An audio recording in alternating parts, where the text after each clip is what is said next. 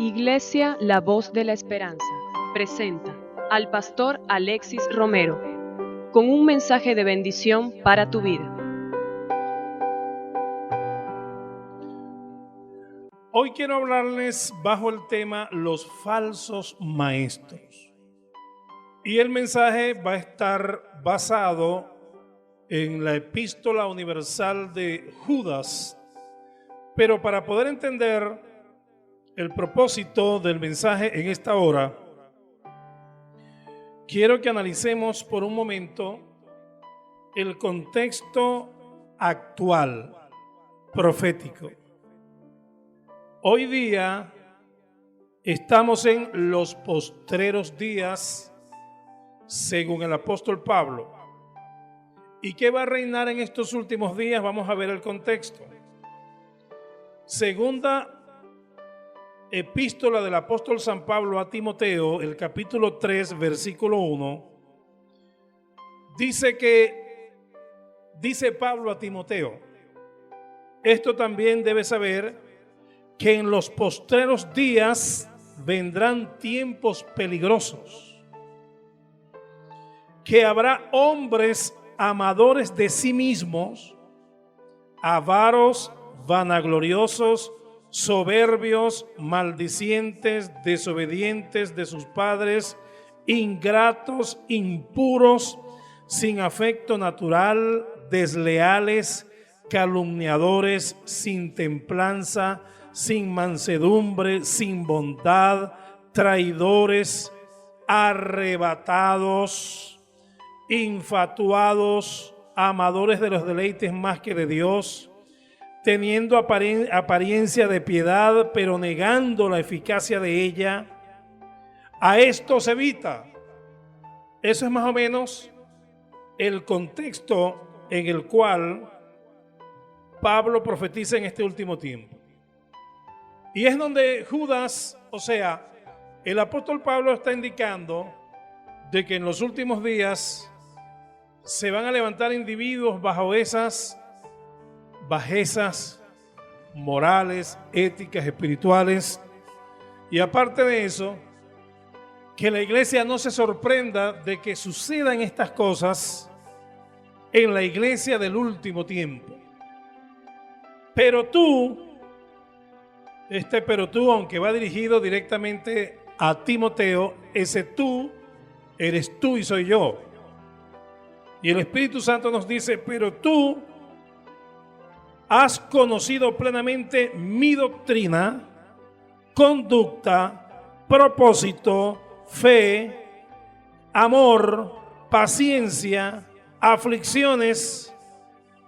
Y nos enseña de que debemos sufrir las aflicciones, de que debemos tener la conducta modelo, la del apóstol Pablo, seguir esa conducta, y no la conducta de cualquier líder contemporáneo, por muy carismático que sea, por muy aparentemente sabio que sea, por muy líder de multitudes que aparezca.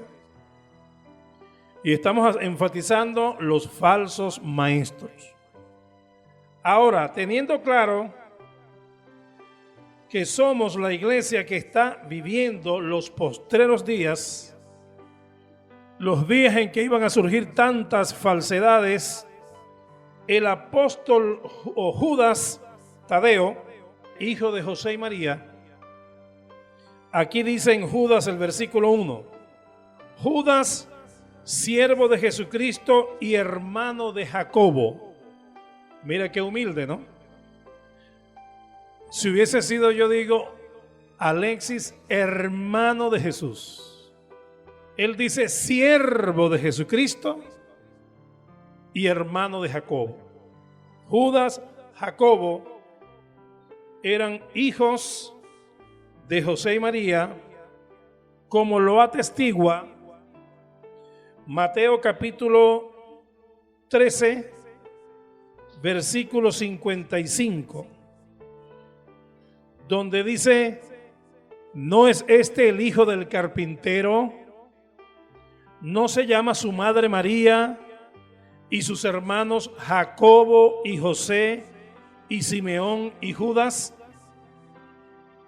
¿Y no están todas sus hermanas con nosotros? O sea que María tuvo 4 hijos y varias hijas hembras. Para los católicos, no se ofendan, porque en la virginidad no está la santidad, porque el matrimonio también es santo. Dios santificó el matrimonio entre José y María. El que nació virginalmente fue Jesús, porque el centro de atención divina en relación a la santidad, la eternidad, era Cristo y no José ni la Virgen María. Luego la Biblia claramente dice que José no conoció a María hasta que nació Jesús, su hijo primogénito. Esto quiere decir que Jesús era el primogénito de María. Indica sencillamente de que por lógica tuvo otros, porque Jesús es el unigénito del Padre. Esto indica que el Padre no tiene más hijos, sino uno solo, Jesús, unigénito, pero es el primogénito de María. Y la Biblia no es un misterio, está clarito, no hay que interpretar, no hay que aplicar la exégesis, no hay que buscar en los originales griegos ni hebreos para entender lo que claramente dice Mateo capítulo 13, versículos 55 y 56, que es la opinión de los vecinos de la familia de José y María. ¿No es este el hijo del carpintero cuando regresó Jesús a Nazaret? ¿No se llama su madre María y sus hermanos Jacobo y José, Simón y Judas? ¿Y no están todas sus hermanas con nosotros? La parte católica dice que en aquel tiempo todos se llamaban hermanos, que hay una palabra en arameo que se traduce hermano y primo, es la misma, que no necesariamente tenía que ser hermano, sino primo. Pero, y que todos se llamaban hermanos en ese tiempo. La respuesta a esa afirmación es sencillita. Si todos se llamaban hermanos en aquel tiempo, ¿por qué los habitantes de Nazaret hacen el énfasis y sus hermanos Jacobo, José, Simón y Judas? ¿Por qué hace referencia a 4 específicamente si todos eran hermanos? Lo lógico sería entonces, ¿y no estamos todos con él? ¿Y no estamos todos los habitantes de Nazaret que somos sus hermanos? Es sencillito. Cuando María dio a luz a Jacobo, José, Simón, Judas y otras niñas, porque eran varias hermanas, no dejó de ser santa. Porque la santidad no es otra cosa que apartarse del mal y consagrarse al Señor. Eso es santidad. Y la Biblia habla que el matrimonio es santo, por lo cual no hay ningún problema.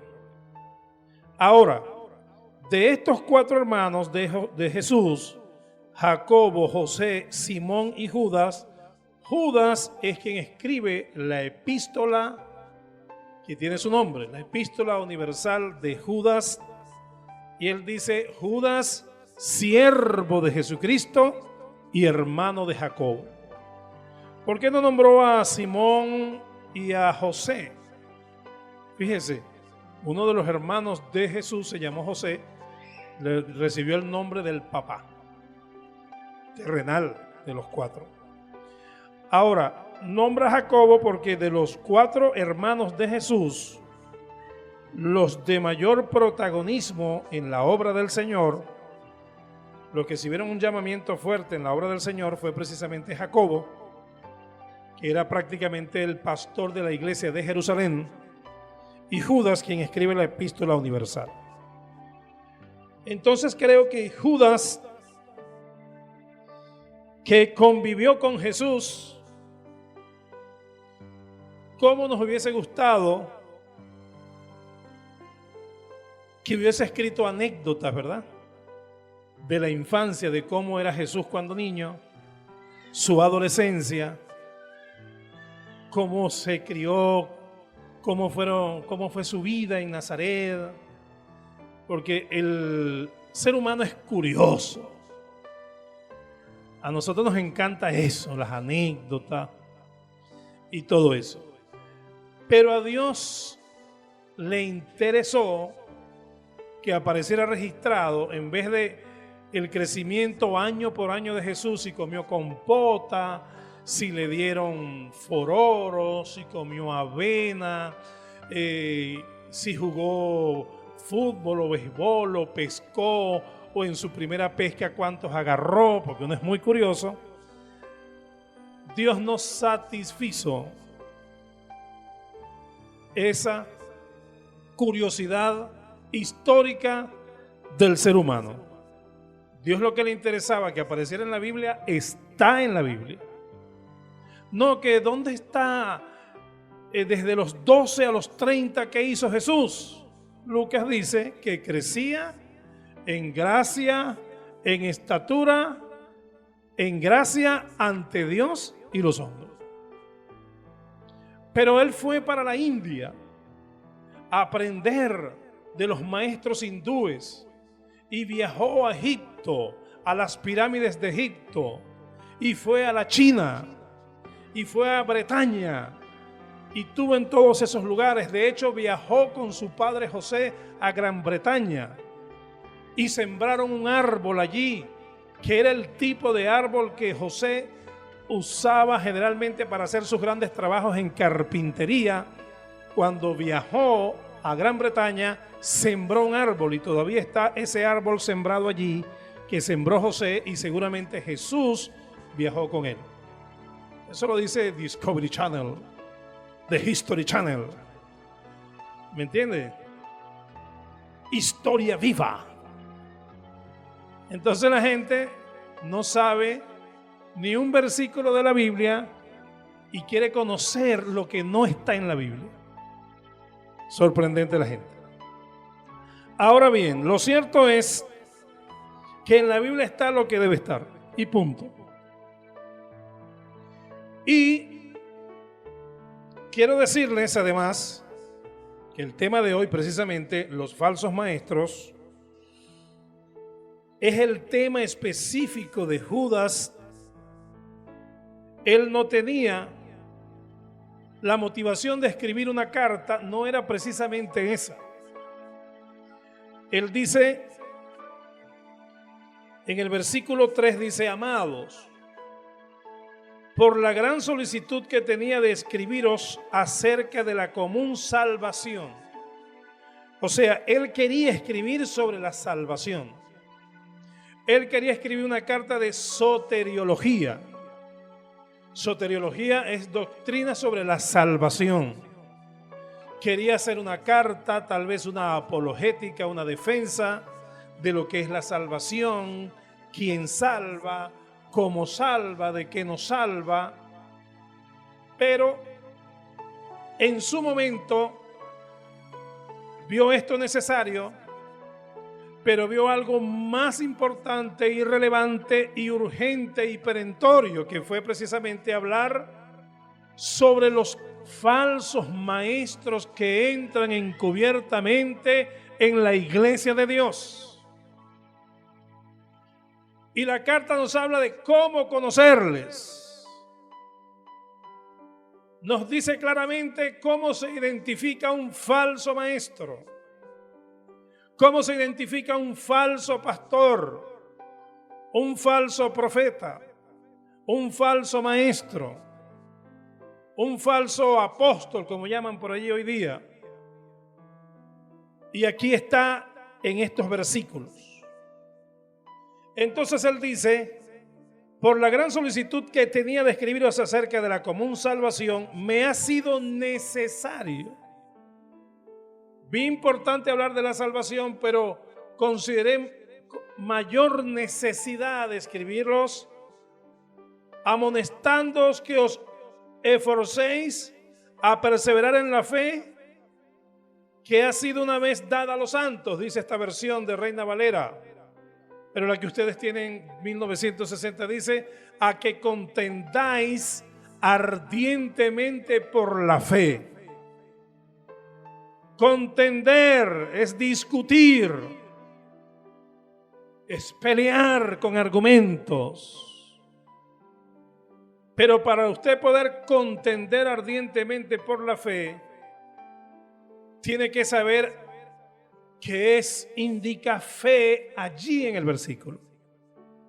En este versículo, Judas, hijo de José, y María, hermano de Jacobo y siervo de Jesucristo, nos dice o nos indica de que contendamos por la doctrina.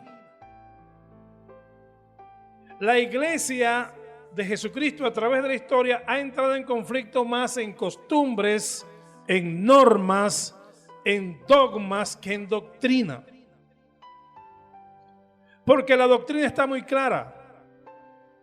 Nadie discute en cuanto a la soteriología o en cuanto a doctrinas de la salvación que solo Cristo salva. En el pueblo evangélico es un consenso unitario, por unanimidad. Sabemos en el pueblo evangélico, en la iglesia protestante a nivel mundial, de que solo Cristo salva. A nivel mundial, la iglesia evangélica sabe que solamente hay un solo Dios y un solo mediador, el cual es Jesucristo. Todos sabemos que Cristo vendrá por segunda vez. Creemos en la resurrección de los muertos. Creemos en el traslado de la iglesia. Creemos que sin santidad nadie verá el rostro del Señor. Eso es doctrina. Creemos que hay que evangelizar, que hay que discipular. Creemos que hay que alabar a Dios. Creemos que hay que orar constantemente.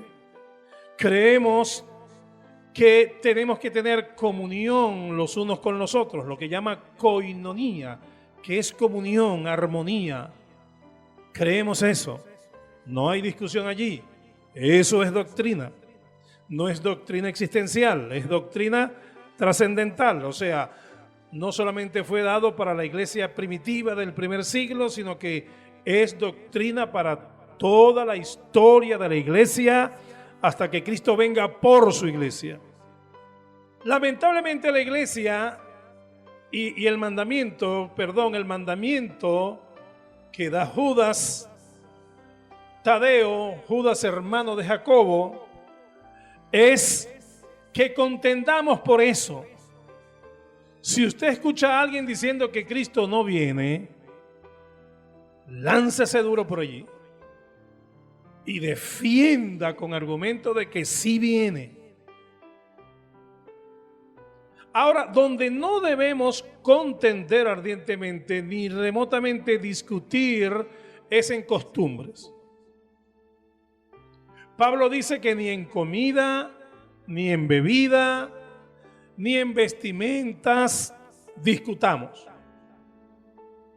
No pierda el tiempo, ni usted se pierda los estribos cuando alguien le critique a usted como dama, le vea como pecadora por usted usar de repente una prenda como el pantalón.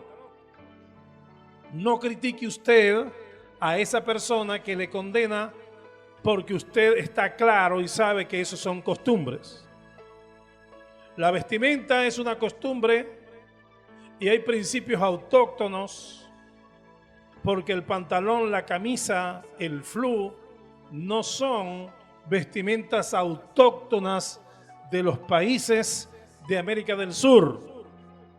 Si vamos a los principios de autoctoneidad en cuanto a vestimenta, debemos vestir como los guarao, debemos vestir como los guayú, debemos vestir tal vez como la tribu desaparecida, los timotocuicas, que creo que estaban por la parte de los Andes. Estoy seguro que no usaban guayuco por el frío, tendrían otro tipo de vestimenta. Esa es la vestimenta autóctona. Venezuela no puede hablar de autoctoneidad, porque somos la fusión, somos hispano-afroamericanos. Nosotros tenemos sangres europea, africana e indígena. Aquí no hay nadie puro para que pueda hablar como hablaba Hitler, la pureza. No, señor, y gloria a Dios por eso. Porque en ninguno de nosotros hay la discriminación racial. Por lo menos un moreno como yo no puede criticar a uno negrito. Porque en los días de la esclavitud valía 2 de mi color por un negro. O sea que no valíamos mucho. Así que, gloria a Dios por lo que somos hoy día. Ahora, costumbre, bebidas. Iglesia, no pierdas el tiempo hablando y condenando sobre bebidas. No que los españoles toman vino y los alemanes toman cerveza. Señor, reprenda al diablo. Pero tú tomas café tinto sin azúcar, que es peor que los otros dos. Entonces, pastor, ¿qué quiere decir con eso? Dígame, ¿nos da la luz verde para ir a celebrar la libertad en Cristo? Lo pluricultural en cuanto a bebida. Podemos celebrar con cerveza, como un hermano que me saluda y coloca beer. Es cerveza en inglés, esa es su firma, beer. Y es un hermanito, Dios lo bendiga. Entonces yo le escribo coffee, que es café.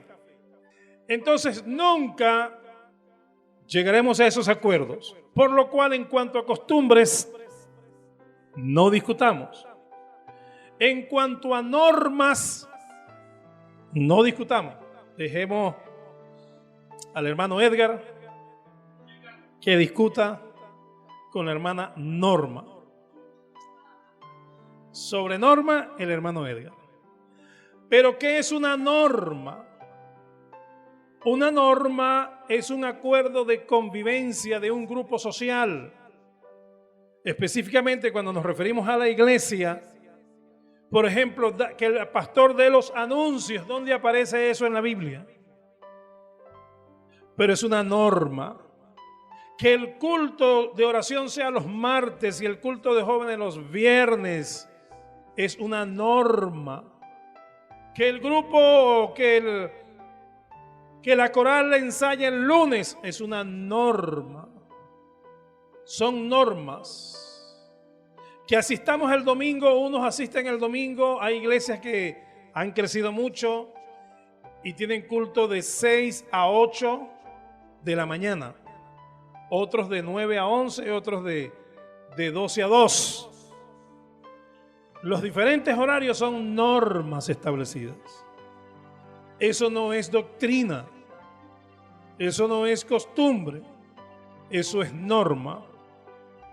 Un dogma es un acuerdo que llega a una organización en puntos bíblicos, pero no ampliamente clarificados. Hay aspectos en la Biblia que no son tan claros, pero tiene su apoyo en algunos textos bíblicos. Entonces la iglesia elabora un dogma. Un dogma. Por ejemplo, tomar la Santa Cena después de ser bautizado y no antes. ¿Por qué la iglesia, si en la Biblia la persona inmediatamente que ingresaba a la iglesia, aparte de que se convertía, inmediatamente era bautizado y por consiguiente tomaba la Santa Cena inmediatamente? Hoy día las organizaciones tienen sus dogmas en relación a esas prácticas cristianas. Por ejemplo, que alguien recibió a Cristo hoy y recibe una formación de 3 meses para luego ser bautizado, establecer ese periodo de 3 meses es un dogma. El que sea bautizado no inmediatamente que creyó, sino después de 1, 2 o 3 meses es un dogma. Que tome la Santa Cena después del bautismo en agua es un dogma de la iglesia. Porque no está claramente especificado en la Biblia. La práctica está establecida como doctrina, porque la Santa Cena es una doctrina. Pero el tiempo para tomarla y quienes pueden tomarla es un dogma establecido por la iglesia, que no es bíblico, pero tampoco es antibíblico. Pero como no está tan claro, debe fijarse un acuerdo, y a ese acuerdo eclesiásticamente se le llama dogma. Ahora, no discutamos de costumbres, no perdamos el tiempo, dejemos a los hombres escoceses con sus faldas y no lo juzgue. Porque los hombres de Escocia usan faldas rayaditas verticalmente. Pero no vaya usted a Escocia y luego regrese para acá, para Maracay, y entre usted con una falda escocesa. Porque los radicales van a reprender al diablo con todos los hierros. Otros cuando lo vean van a clamar a la sangre de Cristo. Y los burladores le van a decir: ¡ay! No, pero es que en Escocia lo usan. Bueno, váyase para Escocia y quédese allá. Pero no transculturice. Por eso es que el hombre que usa zarcillo es una transculturización. La cultura de estos pueblos indica que solo la mujer puede usarlos, pero no el hombre.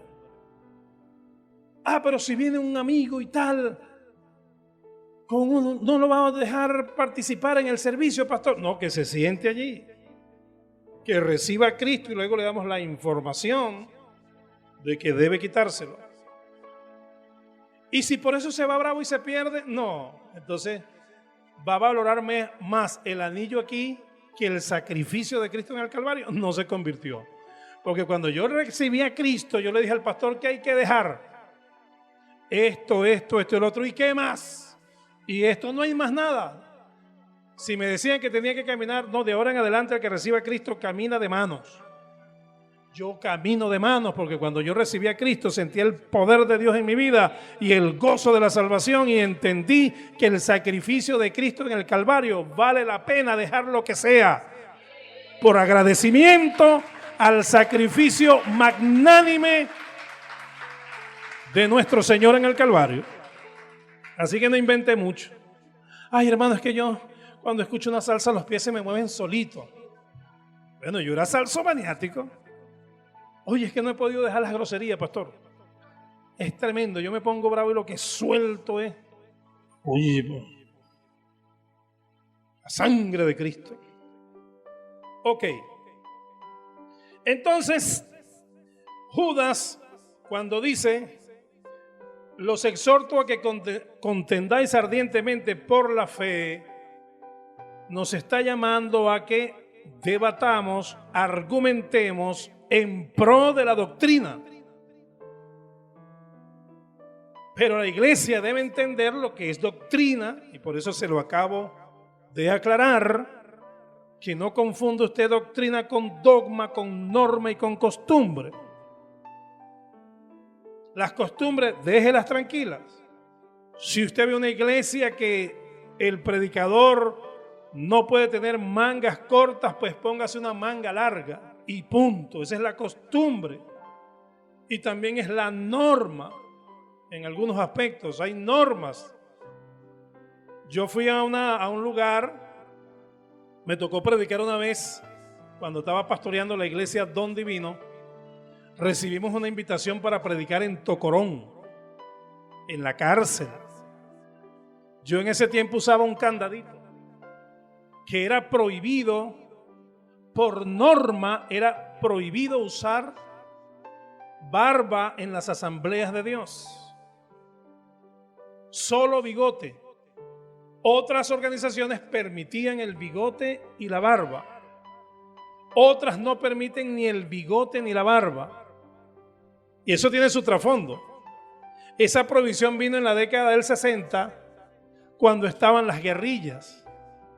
Entonces, por recomendación, algunas autoridades hablaron con algunos pastores y les dijeron: es recomendable que su gente no use barba, porque el usar barba lo van a confundir con guerrilleros y van a ser detenidos.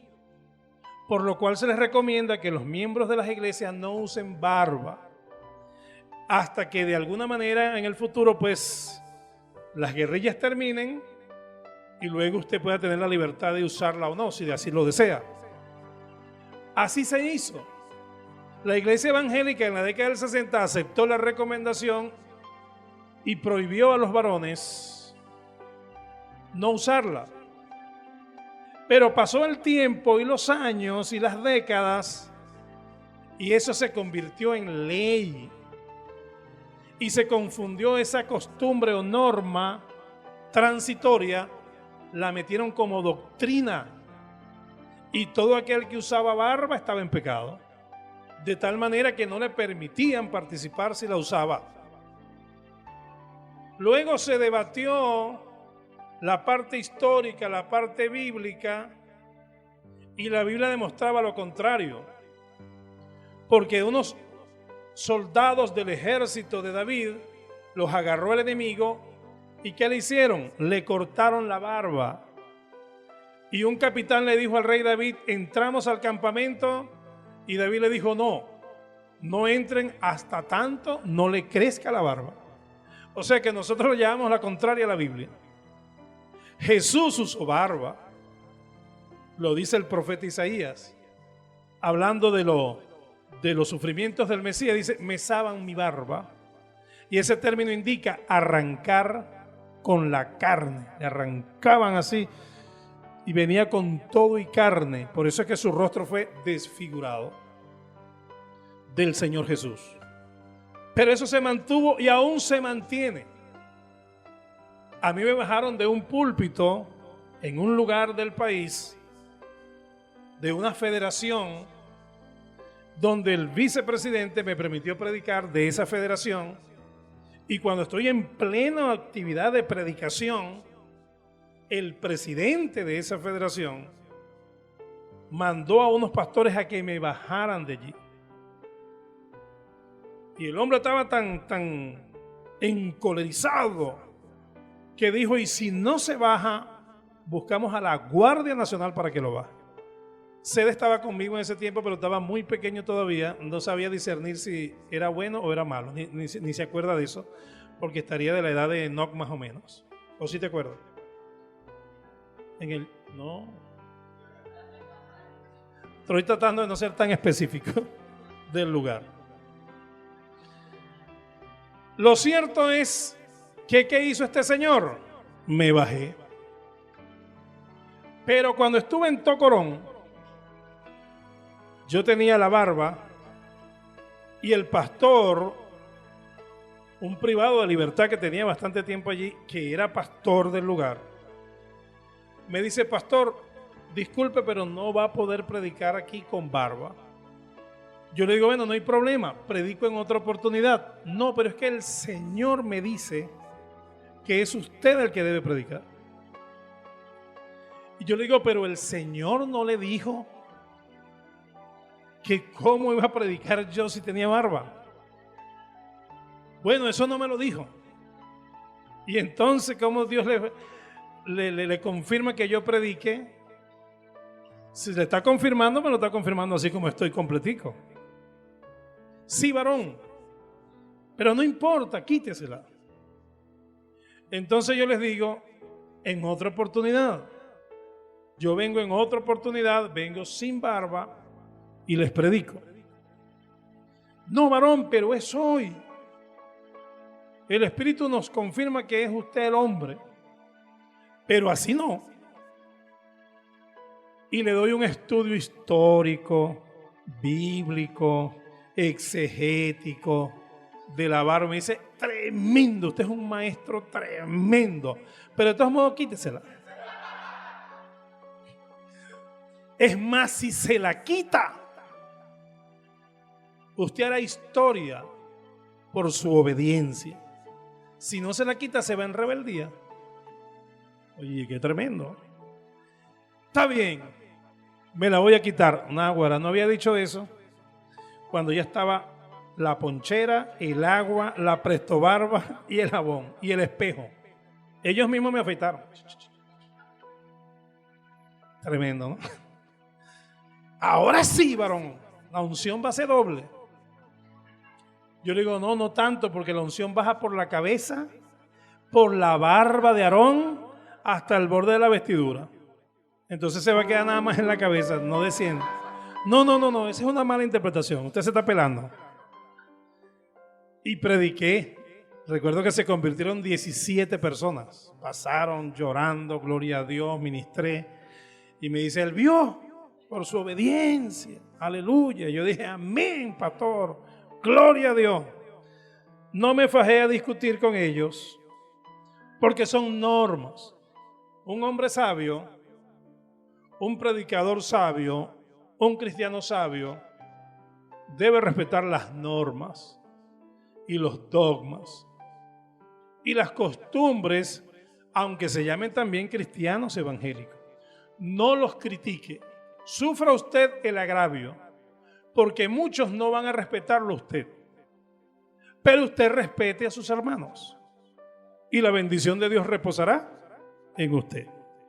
Siempre siendo muy humilde. Ahora, contendamos por la doctrina.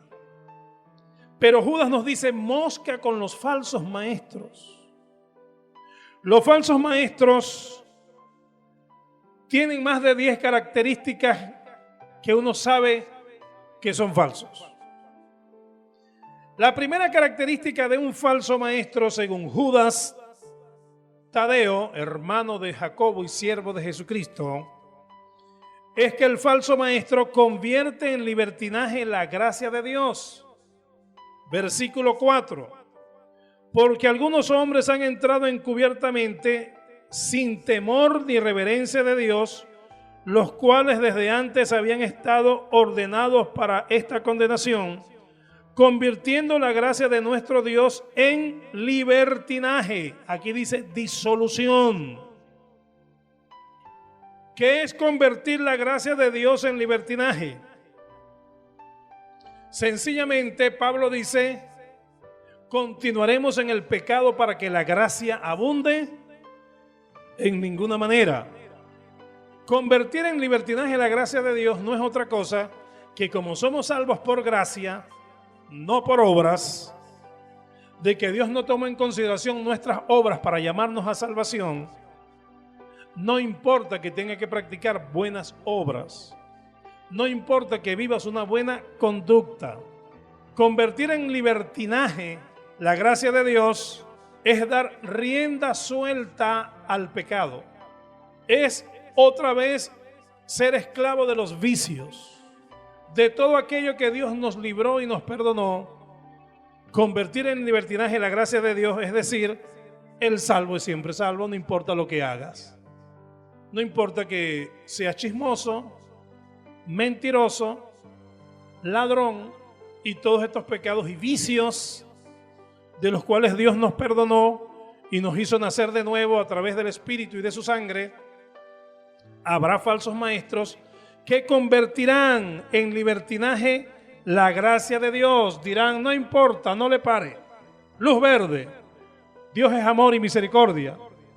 Y usted falla y pide perdón, falla y pide perdón, falla y pide perdón. Y si Dios dijo que tenemos que perdonar a nuestro hermano hasta 70 veces 7, cuanto más Él nos perdona todas las veces que pequemos y para adelante. Mosca, Lo otro es, el versículo 4 dice, no solamente que convierten en libertinaje la gracia de Dios, sino que niegan a Dios y a nuestro Señor Jesucristo. Niegan a Dios y niegan a Cristo. Ese es el otro aspecto de los falsos maestros. Niegan a Dios y niegan a Cristo. ¿Cómo se puede negar a Dios y cómo se puede negar a Cristo? Negando su palabra, creyendo algunas cosas de la Biblia y otras no. Eso es negar a Dios y negar a Cristo. No creer en las promesas de Dios, no creer en las demandas de Dios, hacer caso omiso a las exigencias que Dios nos hace, no pararle a la doctrina de Jesucristo dada en el Sermón del Monte y ampliada por los apóstoles en las diferentes epístolas, es negar a Dios y negar a Cristo. Ahora, ¿qué consecuencias sufren los falsos maestros por ambas faltas? Por convertir en libertinaje la gracia de Dios y negar a Dios y a Cristo. Judas dice claramente en su epístola que a ellos sufrirán lo que los israelitas incrédulos sufrieron cuando salieron de Egipto. Que Dios salvó a los israelitas, pero muchos por incredulidad fueron destruidos en el desierto. También habla de los ángeles que no guardaron su dignidad, que por su pecado ahora mismo están en prisiones eternas. Y habla también de Sodoma y Gomorra, que por sus múltiples vicios y pecaminosidad sufrieron el castigo del fuego eterno, cuando sobre ellos cayó fuego y azufre. O sea, un falso maestro que convierte en libertinaje la gracia de Dios y que niegue a Dios y a Cristo, las consecuencias que va a sufrir son las mismas consecuencias que sufrieron los israelitas incrédulos en el desierto, los ángeles que no guardaron su dignidad en el cielo y lo que sufrió Sodoma y Gomorra en los días de Abraham y en los días de Lot. Por lo cual vale la pena ser santos y servirle al Señor como manda su palabra. ¿Qué otro elemento? Este mensaje lo vamos a dividir en dos partes. Esta es la primera parte, luego una segunda en alguna otra oportunidad. Otro aspecto que podemos notar en los falsos maestros es que mancillan su carne, versículo 8. De la misma manera también estos engañadores, soñadores, mancillan su carne. ¿Qué es mancillar la carne? ¿Qué significa mancillar? Mancillar es manchar el honor y la pureza, manchar tu fama. Cuando mancillas la carne, es semejante precisamente al libertinaje. Tu carne, tu cuerpo. Pasas por alto que tu cuerpo es templo y morada del Espíritu Santo. Y que ya no nos pertenecemos a nosotros mismos, sino que le pertenecemos a Dios. Por lo cual mancillar la carne es manchar el honor y la pureza. Entregar nuestro cuerpo a los vicios y a la pecaminosidad de la cual el Espíritu Santo nos confronta a que no lo hagamos. Entonces el falso maestro no le para eso, mancilla su carne. Pero hay otro aspecto más del falso maestro: rechaza la autoridad y blasfema contra ella. El versículo 8 nos sigue diciendo: menosprecian la autoridad y vituperan las potestades superiores.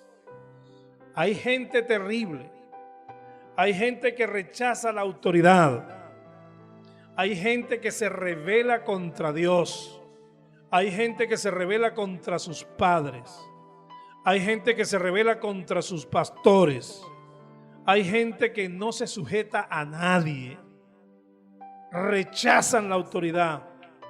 Y no solamente la rechazan en el sentido que no la obedecen, sino que blasfeman contra ella, o sea, murmuran contra la autoridad.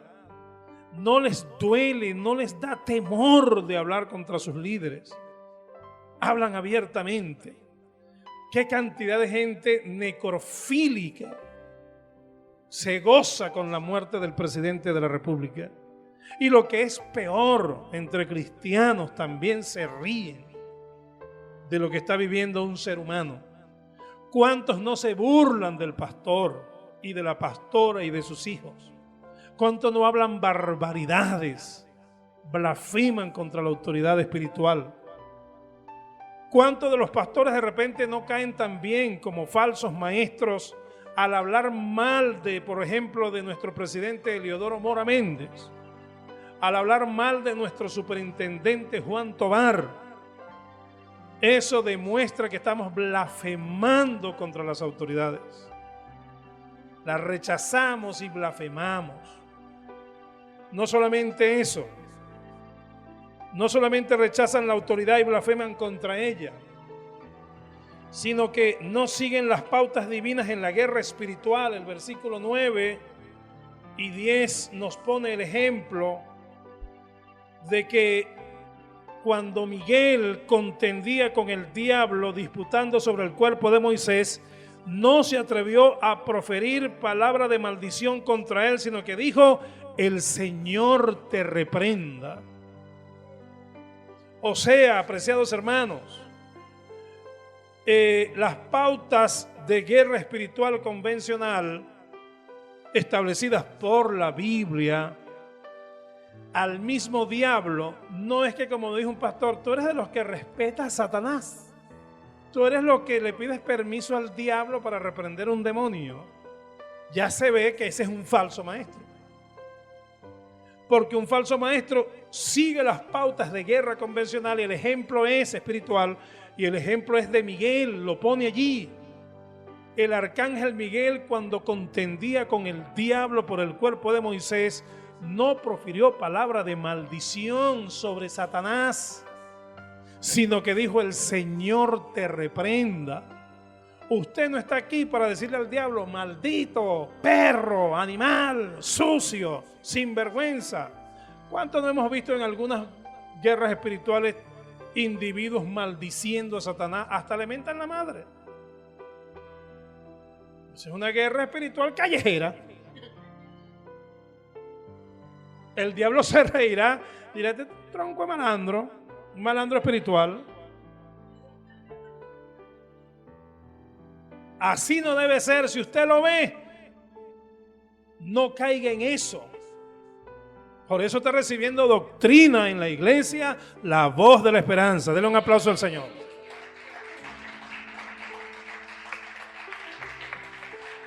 Esto es doctrina. No que usted se fue un ratico para otra iglesia y regresó echadito a perder. Porque da tristeza que usted reciba doctrina acá, entonces pasa unas vacaciones en un lugar, se va para una iglesia y viene todo lo que aprendió aquí pisoteado. Entonces, ¿dónde están los principios? A veces Dios nos permite que estemos en un lugar para ver hasta dónde llegó el aprendizaje que usted recibió, donde Dios lo llamó. La Biblia te dice que no profieras palabras de maldición contra las autoridades superiores. No caiga en esa bajeza espiritual. ¿O usted cree que el demonio, cuando usted le diga perro, animal, maldito, fuera, ay, va a agarrar miedo? Cuando lo vea usted que está fuera de todo principio doctrinal, se va a reír de usted y le va a decir: si me salgo de aquí me meto ahí, porque usted perdió todo principio establecido de lo que es la guerra espiritual. Consecuencias de rechazar la autoridad y de no seguir las pautas divinas en la guerra espiritual convencional. Tremendas son las consecuencias. Y con esto concluyo la primera parte del sermón. Las consecuencias de aquel que rechace la autoridad y blasfeme contra ella. La consecuencia del falso maestro que no siga las pautas divinas de lo que es guerra espiritual convencional, de cómo debe hacerlo, ¿usted sabe cuáles van a ser las consecuencias? Cómo Dios lo ve a usted, cómo Dios ve a ese falso maestro que rechaza la autoridad, que blasfema contra la autoridad, que no sigue las pautas divinas de guerra espiritual establecidas por la palabra del Señor, por eso que son divinas, o sea, de Dios. ¿Usted sabe cuáles van a ser las consecuencias? Judas lo dice: ¡ay de ellos! Porque han seguido el camino de Caín y se lanzaron por lucro en el error de Balaán y perecieron en la contradicción de Coré. O sea que las consecuencias de aquellos falsos maestros que rechazan la autoridad, que blasfeman contra ella, repito, que no siguen las pautas divinas de guerra espiritual establecidas por Dios, por eso digo divinas, establecidas por Dios. Mire, el camino de Caín. ¿Y en qué consiste el camino de Caín? El camino de Caín se traduce en 3 palabras claves: envidia, odio y homicidio. Ese es el camino de Caín. Envidió a su hermano porque Dios recibió la ofrenda de Abel y no recibió la de él. ¿Por qué no vio la ofrenda de Caín bien y la de Abel sí? Juan nos dice en su epístola: porque las obras de Abel eran buenas y justas y las de Caín eran malas. Algunos se centran en que no, porque le trajo hierbabuena, cilantro, papas, tomates y cebolla, mientras que Abel trajo un becerro. Bueno, pero que si aquel era agricultor y el otro era ganadero, usted le va a traer Dios del producto de su trabajo. Pero ¿por qué Dios recibió una y la otra no? Sencillamente lo dice Juan, lo aclara: porque las obras de Abel eran buenas y las obras de Caín eran malas. O sea, Caín era un cristiano a la secreta y quería justificar su mala conducta trayendo una ofrenda para ver si Dios de alguna manera decía: oye, el hombre me está comprando aquí, vamos a perdonarle un pecado. No, Señor. Entonces, a raíz de eso entró en Caín, ¿qué? La envidia. Después vino, ¿qué? El odio, porque cuando tú envidias, el paso siguiente es el odio. Tú cuando envidias a alguien, terminas odiándolo. Porque si lo envidias es porque él tiene algo que tú no tienes. Y entonces cada vez que lo veas, te choca y te revuelve el estómago y te cae mal. Y cuando te preguntan sobre él o vas a hablar sobre él, lo que disparas es sapos y culebras salen por tu boca. Pero eso que sale hablando mal de tu hermano es porque lo envidias. Nadie envidia a nadie. Por el solo hecho que de todos nosotros Dios tuvo misericordia y nos salvó y murió por todos y nos trajo de las tinieblas a la luz admirable. Y cada quien tiene su propio talento. No envidia el pequeño al alto, ni el gordo al flaco, ni el blanco al moreno, ni el moreno al negro. Gloria a Dios por la ley que hay en nuestros genes. Esa ley maravillosa que uno le llama la atención, lo contrario a uno. Se llama la ley de la compensación. Un pequeño no puede ver un alto, pero un alto no puede ver un pequeño. Y un negrito a una blanquita y una blanquita a un negrito. Y un gordo a un flaco. El gordo ve una flaquita y dice: Dios mío. Y la flaquita ve al gordo y dice: maravilloso.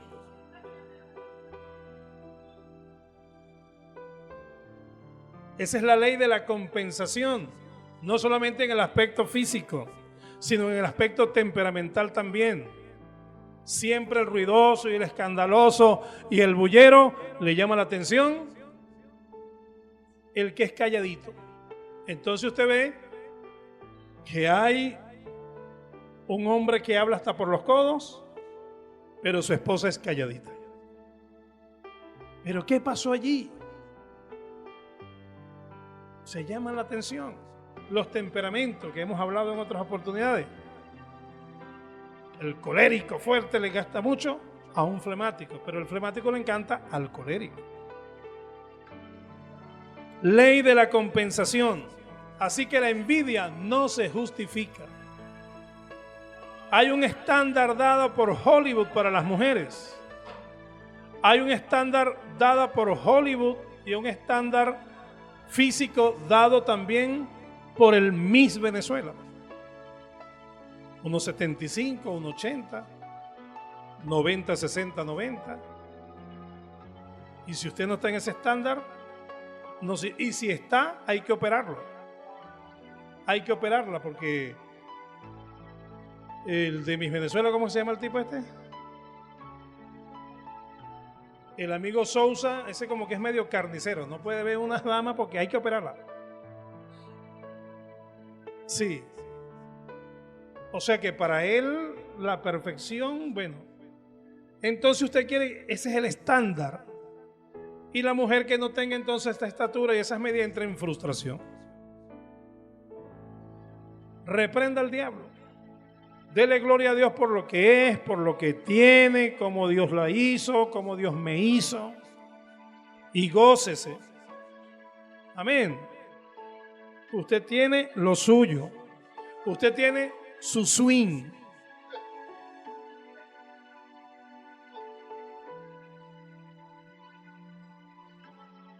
No, que no me tire una foto porque yo no soy fotogénico. No es que no eres fotogénico. No puede salir bien porque... ¿Cómo va a salir bien? Si tienes defecto de fábrica. Pero gózate con eso. Oye, yo siempre salgo mal en foto. ¿Y cómo vas a salir? Tienes que salir como eres. Uno se da ánimo también, ¿no? Por supuesto. Yo en estos días salí en el periódico, en El Siglo, y mi suegra, pero no te dejes tomar la foto tan cerca. Porque se ven todos los defectos, no se ve lo que soy. Y punto. No se frustre por eso, ni envidia a nadie. No envidia el carro del otro, por eso dice no codiciarás ni la mujer de tu prójimo, ni la casa de tu prójimo, ni la tierra de tu prójimo, en este caso ni el carro de tu prójimo, ni el apartamento de tu prójimo. No codiciarás. La envidia lleva al odio y el odio llega a las divisiones de la iglesia. Me voy de esa iglesia. O sea, hermano, es que no lo puedo ver. Me da náusea. Aguara. El camino de Caín, envidia, odio y homicidio. Envidió a su hermano, lo odió y el odio lo llevó a la muerte. El primer asesinato que registra la historia fue un fratricidio, hermano contra hermano. Pero ¿cuál fue el destino de Caín? Vivir errante por toda su vida. Vivió como errante por toda su vida. El lucro de Balaán. Balaán amó más el dinero que el don que Dios le dio de profecía y vendió, ya no por un plato de lenteja como lo hizo Esaú. Él lo hizo por ciclos de oro, ciclos de plata y unas telas extraordinarias que le dio el rey Balac de Moab, y le dijo: maldíceme a Israel y te daré todas estas bendiciones económicas. Él vendió prácticamente sus convicciones por lucro. Se lanzaron por lucro en el error de Balaán. El falso maestro le gusta el lucro. El falso maestro vende sus convicciones por plata. El falso maestro está entregado al amor, al dinero. El falso maestro cree que el camino del evangelio es un camino de comercio. No, el evangelio es un camino de santidad sin la cual nadie verá el rostro del Señor. Hay profesiones a las cuales Dios te llamó, hasta seculares, donde tú sabes que no vas a ser rico nunca. a menos que seas corrupto. Ser militar, ser maestro, ser médico y ser pastor son profesiones que ya tú sabes que estás condenado a un salario casi mínimo. Y llegarás a ser rico si te corrompes. Pero no hay otra. Que recibas un cargo de altura por allá y te llenes, pero no se justifica. Así lo dijo Luis Beltrán Prieto Figueroa. El que sea maestro, que crea que va a llegar a ser rico, está equivocado, porque esto es una vocación de servicio. Así que el lucro de Balaam tiene que ver también con el amor al dinero. Y hoy día, como hemos dicho 10,000 veces, las iglesias hoy día, muchas lo que hablan es de plata. Y ahorita en este mes, más, porque este es el mes de las primicias. Y tienen que traer las primicias, todo, para que Dios lo bendiga. No, usted siga con sus diezmos y sus ofrendas normalito. Si Dios le pone en su corazón vender un vehículo o vender una propiedad y traerlo para la casa del Señor, Dios lo va a poner en su corazón. Pero no que el pastor, por lavamiento de cerebro, lo va a llevar a que usted haga eso. Dios le habló a José y le habló a María, como dice el dicho cristiano. Se ve mucho en la parte de cuando la gente se hace novio. Ay, el Señor me dijo que tú tenías que ser mi novia. Bueno, dígale, muchacha. Bueno, Dios le habló a José y a María. Para que Dios me hable a mí también, para confirmar. El camino de Caín, el lucro de Balaam. ¿Cuál fue el destino de Balaam? Murió atravesado por la lanza del pueblo de Israel. Y el otro, consecuencia, y perecieron en la contradicción de Coré. Coré es el caso más emblemático de lo que es la rebelión contra la autoridad, el rechazo contra la autoridad. Coré se atrevió a decirle a Moisés y Aarón: basta ya de vosotros. Nosotros también somos príncipes. Cuidado con esos espíritus por ahí. Porque si Dios te va a llamar, tú no vas a pasar por encima de nadie. Porque la obra de Dios es amplia, es inmensa, es extensa.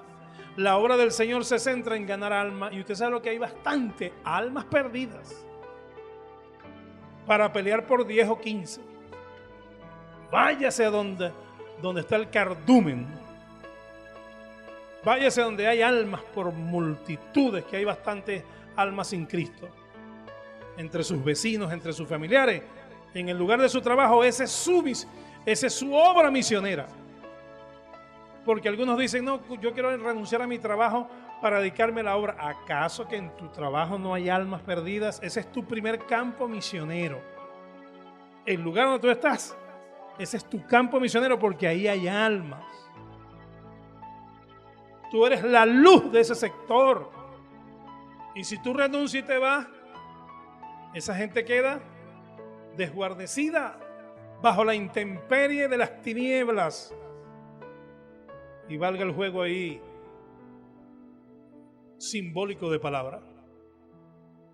Entonces, Coré dijo: basta ya de vosotros. Estamos hablando de las consecuencias que sufren los maestros y los cristianos que caen en el rechazo y no siguen las pautas divinas de guerra espiritual.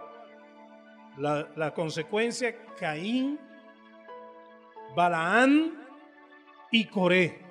¿Qué pasó con Coré? Datán, Abirán y Onán. Coré era el cabecilla. Coré dijo: basta ya de Moisés y de Aarón, nosotros también somos príncipes y queremos el cargo principal para gobernar a Israel. Moisés dijo: pero no es así.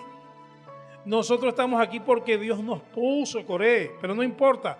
Vengan mañana se sabrá quién es santo delante de Jehová, porque vamos a invitar a Coré, te invito, Coré, Datán, Abirán y tus 280 hombres, a todo el pueblo de Israel, Y también el invitado especial va a ser Jehová, Dios de los ejércitos, que va a venir mañana, va a descender de la nube en una shequina, la presencia de Dios, y Él va a decir a quién puso y a quién no puso. Será loco Coré para ir a esa visita, para ir a esa reunión. Llegó el día siguiente y no se presentaron, porque esos falsos maestros son divisionistas. Como dice aquí en los otros aspectos, porque hay otros aspectos más. Se apacientan a sí mismos, son murmuradores, son quejumbrosos, o sea, se quejan más que bueno, pues. Son habladores, son inflados, dice aquí Judas, son aduladores, son divisionistas sensuales y sin el Espíritu de Dios. Aduladores, eso lo veremos en la próxima parte. Pero Coré, ¿qué pasó ese día? Moisés usó la autoridad espiritual, reunió a todas las 12 tribus de Israel, convocó a Coré. Coré dijo: no iré, no voy. Rechazó la autoridad, blasfemó contra Moisés, contra Aarón. Y entonces, ¿qué hizo Moisés? Habló Israel y dijo: oye Israel. Porque en ese momento, en esa rebelión de Coré, en ese rechazo a la autoridad, Dios bajó y habló con Moisés y le dijo: quítate para destruir a todo este pueblo. Y Moisés dijo: ya va, Señor. Solamente un hombre pecó. Somos casi 3 millones de habitantes. Coré, Datán, Abirán y 280 hombres. Vamos a porcentualizar. Estadística. Eso no representa ni siquiera un 1%. ¿Cómo vas a destruir a toda la nación cuando hay un 1% o menos de 1% de rebelión? Reconsidera. Está bien, pero haz esto, esto y lo otro. Está bien, así haré Jehová. Viene Moisés y dice al pueblo: si estos hombres, Coré, Datán, Abirán y sus 280, su séquito de 280 personas, al morir, mueren por muerte natural, si mueren de alguna infección, si mueren del corazón, si mueren de alguna enfermedad natural, si mueren cayéndose de un caballo o de un camello o de un peñasco, algún accidente en el campo o alguna enfermedad, Jehová no me puso a mí. Pero si en este momento ustedes van a ver algo que nunca más verán en la historia, la tierra abre su boca y el infierno ensancha su interior y todos ellos descienden vivos al infierno, Jehová me puso. No había terminado de hablar Moisés cuando hubo como un terremoto, la tierra se abrió, el infierno ensanchó su interior y descendieron vivos al infierno Coré, Datán, Abirán y sus 280 hombres que estaban en rebelión y en rechazo contra la autoridad, y todo Israel huyó y dijo: huyamos para no perecer en la contradicción de Coré. Por lo cual esta carta de Judas, que es un solo capítulo, es terrible. Y Dios tenga misericordia de ustedes y de mí, para que guardemos con integridad el llamamiento y para no sufrir las consecuencias que están aquí en la palabra. Alguien dirá: Judas parece un profeta del Antiguo Testamento. ¿Será que Dios es tan fuerte? Sí, es en el Nuevo Testamento donde dice que Dios es amor y misericordia, pero también es fuego consumidor. Estemos en pie. Démosle gracias al Señor por su palabra. No dejemos movernos por falsos maestros, por muy carismáticos que sean. Escúchelo todo, retenga lo bueno, deseche lo malo y sigamos adelante en el nombre del Señor. Recuerde, estamos en los postreros días. Este año puede ser el año del cumplimiento literal de la doctrina que llamamos la esperanza bienaventurada. Este puede ser el año del traslado. Este puede ser el año que el Señor le dice a su hijo, suena la trompeta. Puede ser el año de la resurrección. Puede ser el año de nuestra transformación para recibir al Señor en el aire, para estar siempre con el Señor. Por eso no lo sabemos. Como también puede ser dentro de 100 años, pero ¿quién lo sabe? El día ni la hora, nadie la sabe. Así como el día ni la hora de la muerte de uno, nadie la sabe, solo Dios.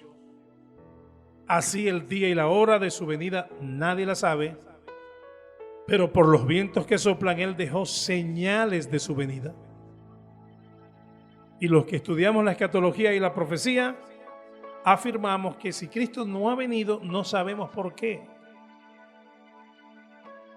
Si el traslado no se efectuó todavía, no sabemos por qué.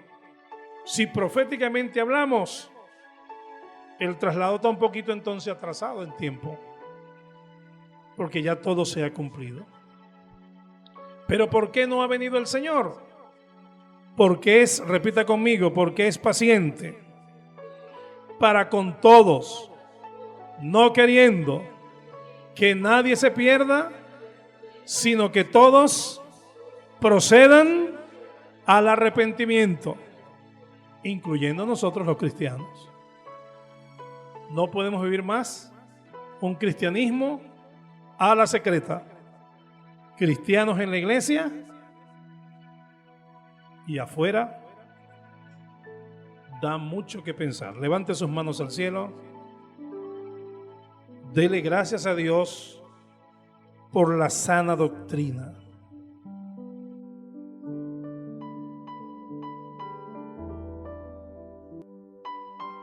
Este mensaje fue grabado en El Limón, Estado Aragua, Venezuela, en la iglesia La Voz de la Esperanza, pastoreada por Alexis Romero y Jarif de Romero. Dios les bendiga.